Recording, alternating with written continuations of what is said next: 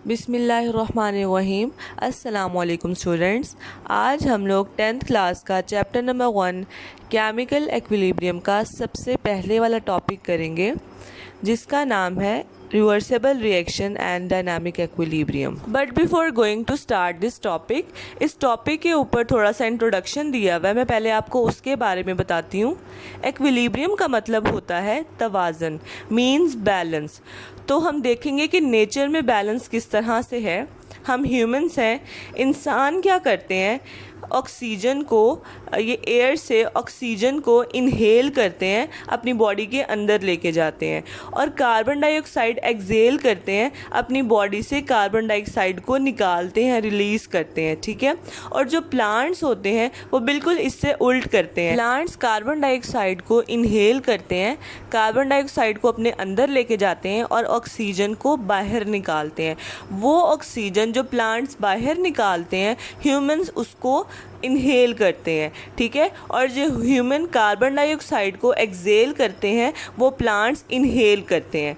तो इस तरह से ये एक साइकिल चलता रहता है और नेचर में बैलेंस रहता है।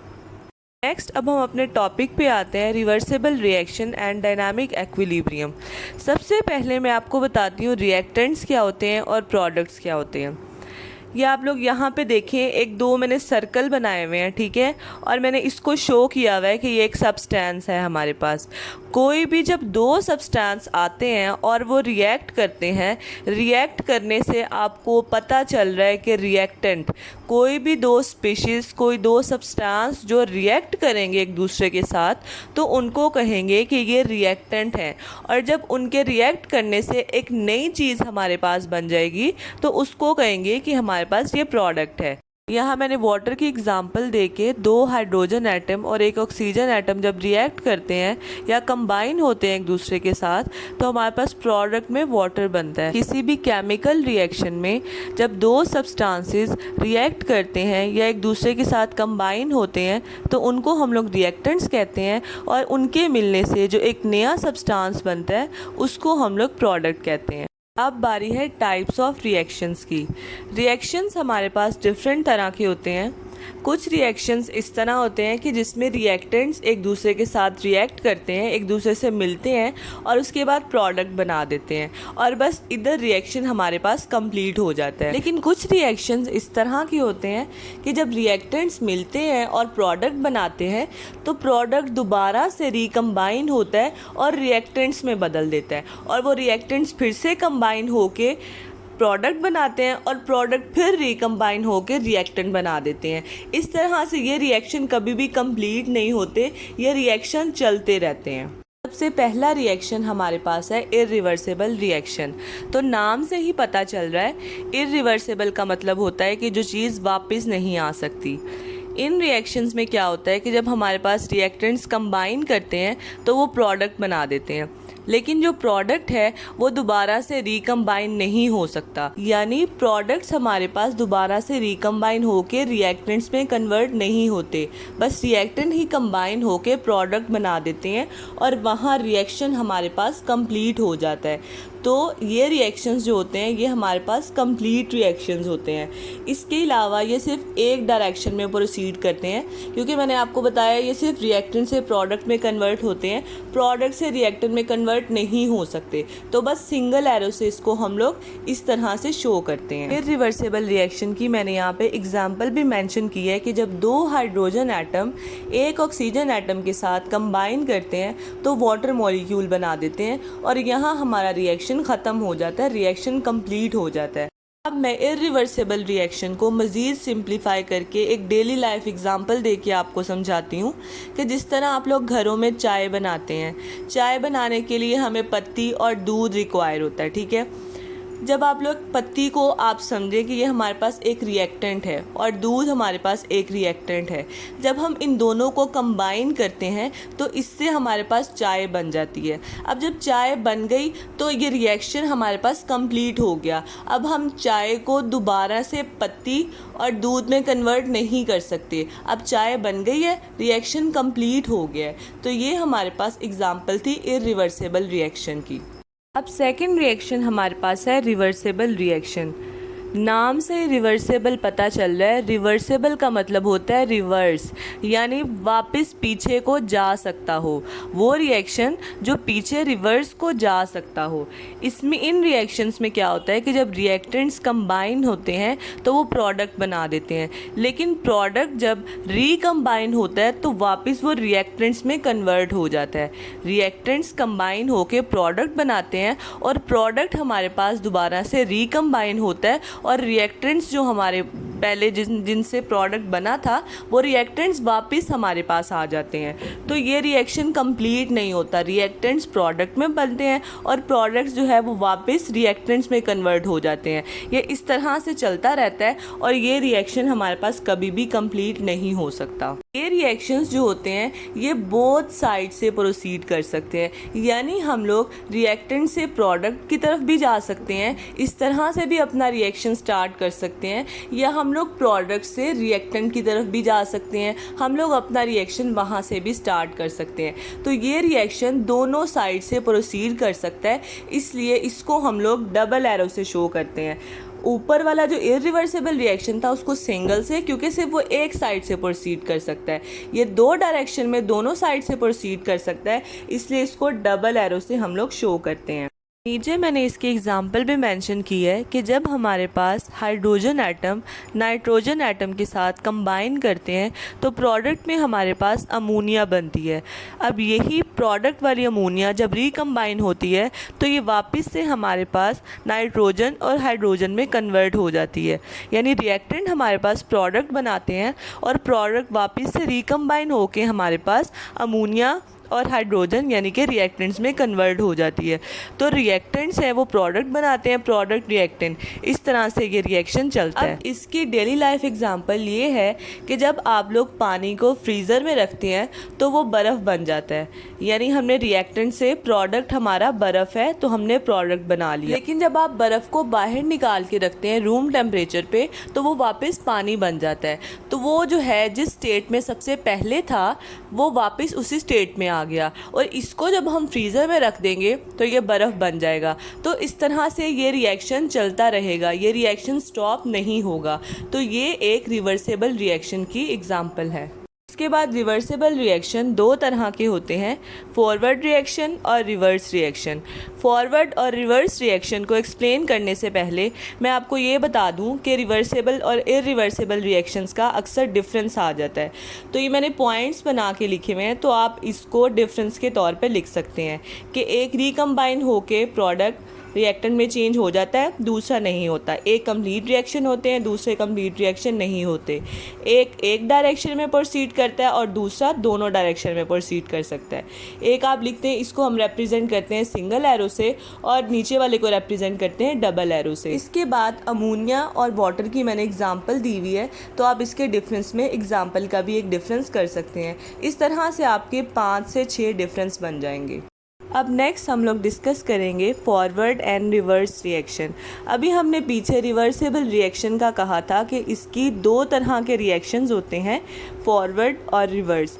लेकिन इरिवर्सेबल के इस तरह की कोई रिएक्शन टाइप नहीं है, क्योंकि वो सिर्फ एक डायरेक्शन में प्रोसीड करता है। कि इरिवर्सेबल हमने ये चीज़ पढ़ी थी कि पहले रिएक्टेंट कंबाइन होके प्रोडक्ट बनाते हैं, तो ये हमारे पास होगा फॉरवर्ड रिएक्शन।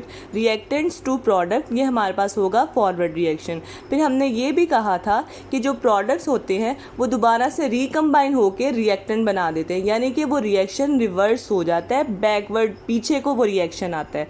तो इसको हम लोग कहेंगे रिवर्स रिएक्शन। मतलब प्रोडक्ट्स टू रिएक्टेंट जब आएंगे तो वो हमारे पास रिवर्स रिएक्शन होगा। सबसे पहले हम लोग देखते हैं फॉरवर्ड रिएक्शन। इसमें उन्होंने क्या किया है, हाइड्रोजन गैस जो कि कलरलेस गैस है उसको रिएक्ट करवाया है आयोडीन के साथ। आयोडीन भी एक गैस है और वो पर्पल कलर की होती है, ठीक है। उन्होंने इसको रिएक्ट करवाया एक क्लोज फ्लास्क के अंदर और इसको हीट किया है, ठीक है। जब इसको हीट किया, हीट करने के बाद हमारे पास एक कलरलेस प्रोडक्ट बन गया जो कि है हाइड्रोजन आयोडाइड। अब एक बात यहाँ बहुत इंपॉर्टेंट है कि जब भी हम लोग गैसेस को आपस में रिएक्ट करवाते हैं तो जिस भी सिस्टम में या किसी भी फ्लास्क में हम जब इनको कंबाइन करवा रहे होते हैं तो हमेशा वो क्लोज्ड होना चाहिए, क्योंकि अगर हमारा सिस्टम ओपन होगा, ये कोई भी कंटेनर या फ्लास्क वगैरह जिसमें हम इनको कंबाइन करवा रहे हैं, रिएक्ट करवा रहे हैं, अगर वो ओपन होगा तो हमारी गैसेस उड़ जाएंगी, तो हमारा रिएक्शन सही तरह से प्रोसीड नहीं हो सकेगा। इसलिए हमारे पास जो सिस्टम है या फ्लास्क है वो क्लोज होनी चाहिए। ऐसे रिएक्शंस जिसमें हाइड्रोजन और आयोडीन को हीट करते हैं और इनके रिएक्ट करने से कलरलेस एक हमारे पास प्रोडक्ट बनता है hydrogen iodide in a closed flask, तो ऐसे रिएक्शंस को हम लोग कहते हैं कि ये हमारे पास फॉरवर्ड रिएक्शन होते हैं। अब नेक्स्ट हमारे पास है रिवर्स रिएक्शन। पिछले फॉरवर्ड रिएक्शन में हमने देखा था कि रिएक्टेंट के मिलने से हमारे पास एक प्रोडक्ट बना था हाइड्रोजन आयोडाइड। अब प्रोडक्ट हमारे पास बन चुका है। अब इस प्रोडक्ट को हम लोग क्या करेंगे, दोबारा से हीट करेंगे एक क्लोज्ड फ्लास्क के अंदर। जब हम लोग इसको हीट करेंगे तो ये प्रोडक्ट वापस से रिएक्टेंट में कन्वर्ट हो जाएगा, हाइड्रोजन और आयोडीन में ये हमारे पास दोबारा से कन्वर्ट हो जाएगा। इस तरह के रिएक्शंस को रिवर्स रिएक्शंस कहते हैं। और इसका एरो आप लोग ध्यान से लगाइएगा। इसका एरो जो है पहले वाली इक्वेशन में देखें वो प्रोडक्ट से रिएक्टेंट की तरफ जा रहा है, और नीचे मैंने क्या किया है, पहले रिएक्टेंट लिख दिए हैं और बाद में प्रोडक्ट लिखा है, ठीक है। लेकिन जो एरो है वो प्रोडक्ट से ही रिएक्टेंट की तरफ जा रहा है, तो इन चीज़ में आपने कन्फ्यूज़ नहीं होना। रिवर्स रिएक्शन में रिएक्शन रिवर्स होता है, यानी प्रोडक्ट से हमारे पास रिएक्टेंट्स बनते हैं। तो इस तरह के रिएक्शन को हम लोग कहते हैं रिवर्स रिएक्शन। और एक चीज़ आप लोग यहाँ नोट कीजिएगा कि मैंने 3 रिएक्शन लिखे हैं और तीनों के ऊपर एक ट्रायंगल सा बना हुआ है। तो ये साइन जो होता है ये हीट का साइन है कि हम लोग इस रिएक्शन को हीट दे रहे हैं, इस रिएक्शन में हीट कर रहे हैं, ये इस रिएक्शन की कंडीशन है। अगर हम लोग ये साइन नहीं देंगे तो हमारा रिएक्शन प्रोसीड नहीं होगा, रिएक्शन गलत हो जाएगा। लेट्स सपोज आप लोग घर में चाय बना रहे हैं, तो जब तक आप आग नहीं जलाएंगे चाय नहीं बनेगी। सेम इसी तरह जब तक आप हीट नहीं देंगे तब तक हमारा रिएक्शन प्रोसीड नहीं करेगा। तो लिहाजा आप लोगों ने ये ट्रायंगल जो साइन है, हीट का साइन, ये रिएक्शन के ऊपर ज़रूर लगाना है। अब आप लोग ये रिएक्शन देखें, इस रिएक्शन में हमारे पास डबल एरो लगे हुए हैं।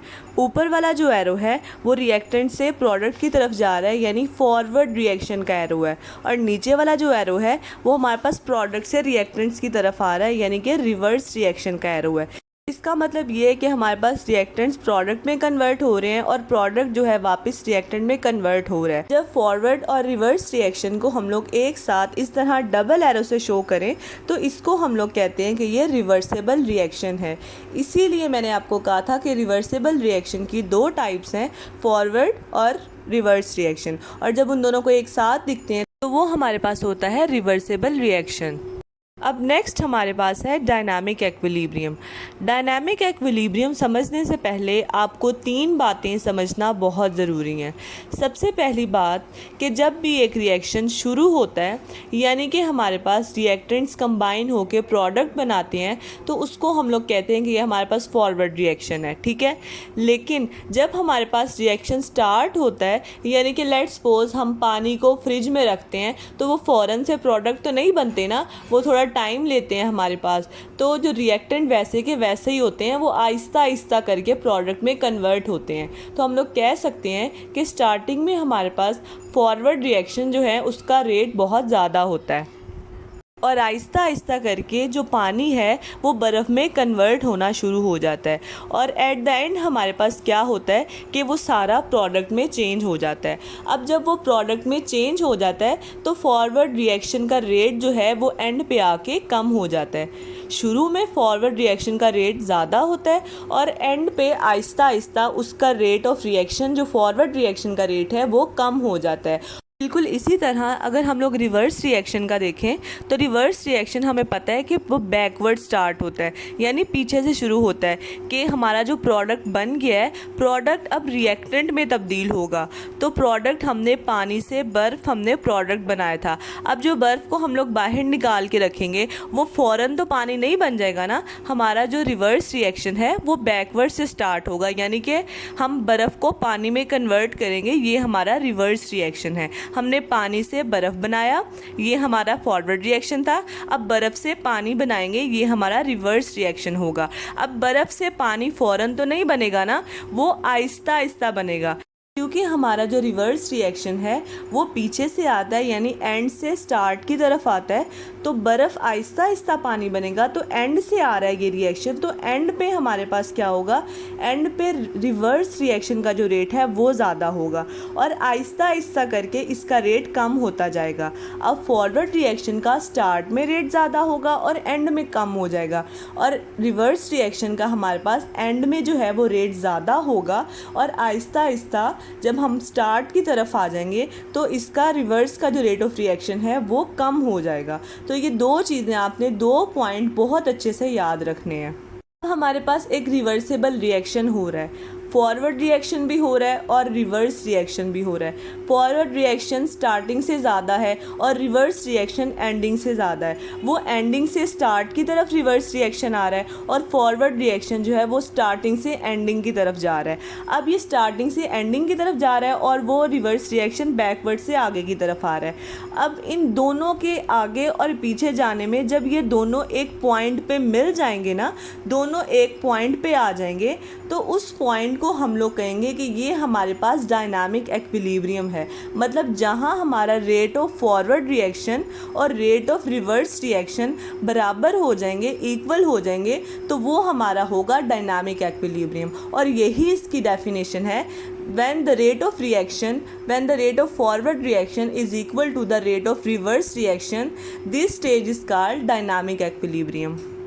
अब नेक्स्ट उन्होंने CaCO3 यानी कैल्शियम कार्बोनेट की एग्जांपल ली है और इसका रिएक्शन करवाया हुआ है। अब इसका जो रिएक्शन करवाया उसमें उन्होंने ना 2 कंडीशंस बताई हैं। एक, उन्होंने रिएक्शन करवाया है ऐसे सिस्टम में जो कि खुला है, जो फ्लास्क के ऊपर कोई ढक्कन वगैरह नहीं दिया हुआ, फ्लास्क हमारा खुला है ओपन सिस्टम के अंदर। दूसरा रिएक्शन उन्होंने करवाया है क्लोज सिस्टम के अंदर, यानी फ्लास्क को ऊपर से उन्होंने कवर किया हुआ है। पहले मैं आपको डायग्राम के थ्रू टॉपिक समझाने की कोशिश करती हूँ। सबसे पहली डायग्राम में उन्होंने सिस्टम को क्लोज़ नहीं किया हुआ। आप लोग फ्लास्क देखें और उसके ऊपर कोई ढक्कन वगैरह किसी चीज़ से उन्होंने कवर नहीं किया, सिस्टम हमारा ओपन है। इसमें उन्होंने क्या किया, सबसे पहले कैल्शियम कार्बोनेट CaCO3 को हीट किया। ठीक है, इसको जब इन्होंने हीट किया तो CaCO3 जो है वो डिकम्पोज हो गया। डिकम्पोज होके इसने हमारे पास जो प्रोडक्ट बनाया वो है कैल्शियम ऑक्साइड CaO और CO2 हमारे पास होती है कार्बन डाइऑक्साइड। कार्बन डाइऑक्साइड एक गैस है और चूँकि ये हमारा सिस्टम ओपन था तो गैस जो है ये सिस्टम में से निकल जाएगी। अब इन प्रोडक्ट से हम लोग अगर दोबारा रिएक्टेंट बनाना चाहें तो वो नहीं बन सकेगा, क्योंकि हमारे पास प्रोडक्ट पूरा है ही नहीं। हमारे पास जो गैस थी, कार्बन डाइऑक्साइड थी, वो तो निकल गई है यहाँ से, तो हमारे पास कैल्शियम कार्बोनेट नहीं बन पाएगा, दोबारा से रिएक्टेंट में नहीं कन्वर्ट हो पाएगा। तो ये रिएक्शन सिर्फ एक डायरेक्शन ही चलेगा, इरिवर्सिबल रिएक्शन होगा, ये बैकवर्ड नहीं आ सकेगा क्योंकि हमारे पास प्रोडक्ट पूरा है ही नहीं। दूसरी कंडीशन हमारे पास क्या है कि हमने जो हमारा सिस्टम है, ये जो हमारा फ्लास्क है, इसको हमने ऊपर से बंद किया हुआ है, कवर किया हुआ है। इसमें जब हम लोग रिएक्शन करवाएंगे CaCO3 का कैल्शियम कार्बोनेट को जब हम लोग हीट करेंगे तो जो हमारे पास प्रोडक्ट है वो बनेगा कैल्शियम ऑक्साइड CaO और हमारे पास साथ में बनेगा कार्बन डाइऑक्साइड। कार्बन डाइऑक्साइड हमें पता है गैस है, ठीक है। तो अब हमारा सिस्टम क्लोज है, यहाँ से गैस बाहर नहीं जा सकेगी, हमारे सिस्टम में ही, हमारे फ्लास्क के अंदर ही गैस इधर ही रहेगी, तो प्रोडक्ट हमारे पास पूरा होगा, ठीक है। तो अब इस प्रोडक्ट को दोबारा से हम लोग जो है कंबाइन करके रिएक्टेंट में तब्दील कर सकते हैं, CaCO3 में दोबारा से लेके आ सकते हैं, क्योंकि प्रोडक्ट तो पूरा है हमारे पास। इसको हम दोबारा कैल्शियम कार्बोनेट में यानी CaCO3 में कन्वर्ट कर लेंगे, तो ये हमारे पास एक रिवर्सेबल रिएक्शन होगा, क्योंकि हम रिएक्टेंट से प्रोडक्ट भी बना रहे हैं, वापस प्रोडक्ट से हमारे पास रिएक्टेंट भी बन रहा है। नेक्स्ट हमारे पास है केमिकल एक्विलिब्रियम स्टेट। अब केमिकल एक्विलिब्रियम स्टेट क्या होता है कि जब हमारे पास दो ऑपोजिट रिएक्शंस हो रहे होते हैं, यानी कि फॉरवर्ड रिएक्शन और रिवर्स रिएक्शन, ये दोनों रिएक्शन जब एक साथ हो रहे होते हैं तो हमारे पास जो कंसंट्रेशन होती है रिएक्टेंट की और प्रोडक्ट की वो कांस्टेंट रहती है। वो with the passage of time उनकी कंसंट्रेशन चेंज नहीं होती, वो उनकी जो कंसंट्रेशन है वो सेम रहती है। तो इस स्टेट को हम लोग कहते हैं कि ये हमारे पास केमिकल एक्विलिब्रियम स्टेट है। अब केमिकल एक्विलिब्रियम स्टेट की दो पॉसिबिलिटीज़ हैं। पहली है स्टैटिक एक्विलिब्रियम और दूसरी है डायनामिक एक्विलिब्रियम। स्टैटिक एक्विलिब्रियम तब होगी जब हमारे पास रिएक्शन जो है वो स्टॉप हो जाता है, रिएक्शन आगे प्रोसीड नहीं करता, रिएक्शन रुक जाता है, इसको कहते हैं स्टैटिक एक्विलिब्रियम। ये एक फिज़िकल फिनोमिना है, यानी फिज़िकली हम इसे देख सकते हैं। इसकी एग्जांपल अगर देखें तो जैसे आप लोगों ने बिल्डिंग्स देखी होंगी। अब ऑल्दो रिएक्शन तो स्टॉप हो चुका है, बिल्डिंग पे कोई रिएक्शन नहीं हो रहा, लेकिन फिर भी बिल्डिंग खड़ी भी है और वो गिर नहीं रही, क्योंकि हमारे पास ग्रेविटी और डिफरेंट फोर्सेस उस पर लग रही हैं, उस बिल्डिंग पे, जो उसको गिरने से बचा रही हैं। तो ये हमारे पास एग्जांपल है स्टैटिक एक्विलिब्रियम की। और डायनामिक एक्विलिब्रियम मैं आपको पहले एक्सप्लेन कर चुकी हूँ कि जहाँ rate of reaction forward reaction equal हो जाएगा rate of the reverse reaction, तो उसको हम लोग कहते हैं कि ये हमारे पास डायनामिक एक्विलिब्रियम स्टेट है। अब मैं आपको ग्राफ थोड़ा सा समझाने की कोशिश करती हूँ। ये तीसरा वाला ग्राफ तो आपकी बुक में बना हुआ है, पहले दो ग्राफ मैंने आपकी आसानी के लिए बनाए हैं। मैंने आपको स्टार्टिंग में डायनामिक एक्विलिब्रियम स्टार्ट करने से पहले एक बात कही थी कि हमारे पास स्टार्टिंग में क्या होगा, फॉरवर्ड रिएक्शन जो है उसका रेट ज़्यादा होगा और वो आहिस्ता आहिस्ता कम होता जाएगा। अब आप पहले ग्राफ में देखें कि फॉरवर्ड रिएक्शन जो हो रहा है उसका रेट ज़्यादा है और आहिस्ता आहिस्ता लाइन नीचे की तरफ आ रही है, कम से ज़्यादा हो रहा है हमारा फॉरवर्ड रिएक्शन, ठीक है। और दूसरे में आप दूसरे ग्राफ में देखें, मैंने कहा था कि रिवर्स रिएक्शन होता है वो सबसे पहले स्टार्टिंग में कम होता है और आहिस्ता आहिस्ता एंड में जो है रिवर्स रिएक्शन का रेट ज़्यादा होता है। तो इसी तरह ही होगा कि वो स्टार्टिंग में नीचे से शुरू होगा कि उसका रिएक्शन रेट कम है, रिवर्स का वो नीचे से स्टार्ट हो रहा है और वो आहिस्ता आहिस्ता एंड पे उसका rate of reaction, reverse rate of reaction ज़्यादा हो रहा है। तीसरा ग्राफ जो है वहाँ पे रेट ऑफ फॉरवर्ड रिएक्शन और रेट ऑफ रिवर्स रिएक्शन दोनों को एक साथ बनाया हुआ है और एक ऐसा पॉइंट जहाँ पे रेट ऑफ फॉरवर्ड रिएक्शन और रेट ऑफ रिवर्स रिएक्शन आके मिल रहे हैं, इक्वल हो रहे हैं, उस पॉइंट को हम लोग कहते हैं कि ये हमारे पास एक्विलिब्रियम पॉइंट है, कि एक्विलिब्रियम स्टेट है हमारे पास। अब नेक्स्ट हमारे पास फॉरवर्ड रिएक्शन और रिवर्स रिएक्शन का डिफरेंस लिखा हुआ है। फॉरवर्ड रिएक्शन मैंने जैसे आपको पहले बताया है कि रिएक्टेंट से हमारे पास प्रोडक्ट बनता है, तो इसमें हमारे पास रिएक्टेंट रिएक्ट करते हैं और प्रोडक्ट बनाते हैं, जबकि रिवर्स रिएक्शन में हमारे पास प्रोडक्ट रिएक्ट करता है और हमारे पास रिएक्टेंट्स बनाते हैं। कि रिवर्स रिएक्शन क्योंकि ये बैकवर्ड होता है, उल्टा चलता है, तो इसमें प्रोडक्ट से हमारे पास रिएक्टेंट्स बनेंगे। जो फॉरवर्ड रिएक्शन है ये हमारे पास लेफ़्ट टू राइट जाता है। आप लोग, मैंने आपको बताया था रिएक्टेंट से प्रोडक्ट की तरफ जाता है, यानी कि लेफ़्ट से राइट की तरफ आता है। जो रिवर्स रिएक्शन है हमारे पास वो राइट से लेफ़्ट की तरफ जाता है, यानी प्रोडक्ट से रिएक्टेंट की तरफ जाता है तो वो राइट से लेफ़्ट की तरफ रिएक्शन जाएगा। तीसरा डिफरेंस है हमारे पास, ये बात मैंने आपको बताई थी कि स्टार्टिंग में इनिशियल स्टेज में हमारे पास क्या होता है कि फॉरवर्ड रिएक्शन का रेट जो होता है वो ज़्यादा होता है और रिवर्स रिएक्शन का रेट जो होता है स्टार्टिंग में, शुरू में रिवर्स रिएक्शन का रेट जो होता है वो कम होता है, निग्लिजिबल मतलब कम होता है। लास्ट डिफरेंस ये है कि जब फॉरवर्ड रिएक्शन का रेट स्टार्टिंग में ज़्यादा होता है और तो आहिस्ता आहिस्ता वो कम होना शुरू हो जाता है, तो ये लिखा हुआ है इट स्लोज डाउन ग्रेजुअली, वो आहिस्ता आहिस्ता कम होना शुरू हो जाता है। जबकि रिवर्स रिएक्शन में हमारे पास उल्टा होता है कि हमारे पास पहले रेट ऑफ रिएक्शन स्टार्टिंग में कम होता है रिवर्स का, आहिस्ता आहिस्ता ग्रेजुअली ये ज़्यादा होना शुरू हो जाता है। तो ये चारों वही बातें थीं जो पीछे मैं आपको अच्छे से एक्सप्लेन कर चुकी हूँ। ये था फॉरवर्ड और रिवर्स रिएक्शन का डिफरेंस। नेक्स्ट हमारे पास है microscopic characters of dynamic equilibrium. सबसे पहला ये अचीव होता है क्लोज सिस्टम के अंदर। ये बात मैं पीछे बहुत अच्छे से एक्सप्लेन कर चुकी हूँ कि सिस्टम अगर हमारा ओपन होगा तो गैसेस जो हैं वो वहाँ से निकल जाएंगी और रिएक्शन सही से प्रोसीड नहीं करेगा, इसलिए डायनामिक एक्विलिब्रियम हमेशा क्लोज सिस्टम में अचीव कर सकते हैं। उसके बाद रिएक्शन जो है हमारा स्टॉप नहीं होगा। अमाउंट जो है रिएक्टेंट और प्रोडक्ट की वो कभी भी चेंज नहीं हो सकती। फिज़िकल प्रॉपर्टीज़ जो हैं वो भी चेंज नहीं होंगी। इसके बाद हम इसको दोनों तरीके से, यानी कि रिवर्स रिएक्शन होते हैं, तो इसको हम दोनों तरीक़ों से अटेन कर सकते हैं। रिएक्टेंट से प्रोडक्ट की तरफ भी जा सकते हैं और प्रोडक्ट से रिएक्टेंट की तरफ भी आ सकते हैं। लास्ट में ये बात की हुई है कि इक्विलिब्रियम को हम लोग डिस्टर्ब भी कर सकते हैं। वैसे तो अगर रिएक्शन चल रहा है सीधा सीधा तो ठीक है, लेकिन अगर हम लोग उसको डिस्टर्ब कर दें तो दोबारा वापस हम जिस तरह से रिएक्शन चल रहा था हम लोग उसी स्टेट में दोबारा भी लेके आ सकते हैं। वो इस तरह से लेके आ सकते हैं कि कुछ कंडीशंस होती हैं, गिवन कंडीशंस होती हैं, जो हम उनको देंगे रिएक्शन वापस पहले की तरह हो जाएगा। अब ये कंडीशंस कौन कौन सी हैं? उनकी कंसंट्रेशन, ठीक है, अगर हम इनकी कंसंट्रेशन चेंज करेंगे तो हमारा इक्विलिब्रियम डिस्टर्ब हो जाएगा, लेकिन वापस उसी कंसंट्रेशन पे लेंगे तो रिएक्शन उसी तरह से चलना शुरू हो जाएगा। सेकंड कंडीशन है प्रेशर और लास्ट है टेम्परेचर। तो ये था हमारा आज का लेक्चर। आई होप कि आपको अच्छे से समझ आ गया होगा, लेकिन अगर आपको कुछ समझ नहीं आया तो आप मुझसे कमेंट बॉक्स में पूछ सकते हैं। मज़ीद मैंने पूरे लेक्चर का स्क्रीनशॉट शेयर कर दिया है जिसमें की पॉइंट्स बने हुए हैं, आपको याद करने में आसानी होगी। वीडियो अच्छी लगी हो तो लाइक कीजिएगा, मेरे चैनल को सब्सक्राइब कीजिएगा और अपने दोस्तों के साथ शेयर कीजिएगा।